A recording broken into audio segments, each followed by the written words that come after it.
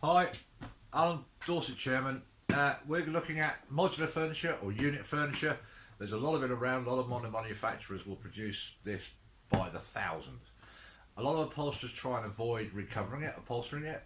Not sure why, because actually it's quite straightforward if you follow some very simple processes.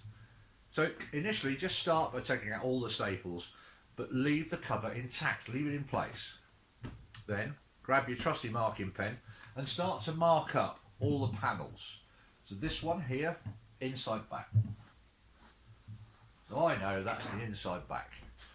At the top, I'm going to put a little arrow and I'm going to put a number 1. And then on the top panel that joins to that, I'm going to put another number 1 and a little arrow pointing to the one that I've just done. Now I've done that, I'm now going to put check marks on. And what I mean by check marks is when we come to sew it, we know where the different pieces join together and how far we sew or not sew, as the case may be. So in the corner here, a nice little check mark in the corner, and then a corresponding check mark on the border there. Then I'll do it on that side, and I'll do it there as well on the top of that one. So I know that that has to join to that and vice versa. Then put a little check mark there, just across, just draw across it.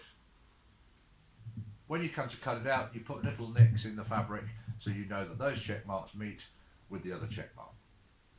And you repeat that process right the way across. So for the seat, it's a big S. I'm going to put a number 1 there, just on the seat, and an arrow. I'm going to put a number 1 here, like that. I've just drawn that back to front, but that doesn't matter. At least I know what it is. And so on and so forth. And then you would carry on. Check marks, check marks, check marks, all the way through. You do that over the whole piece. Once you've done that, you can take your cover off and start unpicking. Now unpicking, that'll take some time, just be patient with it. I tend to use a blade when I'm unpicking, or a pair of scissors. I personally don't like those stitch pickers, but there we are, never mind, that's just me. So, happy marking, happy tacking, and I'll see you in the next one. Bye.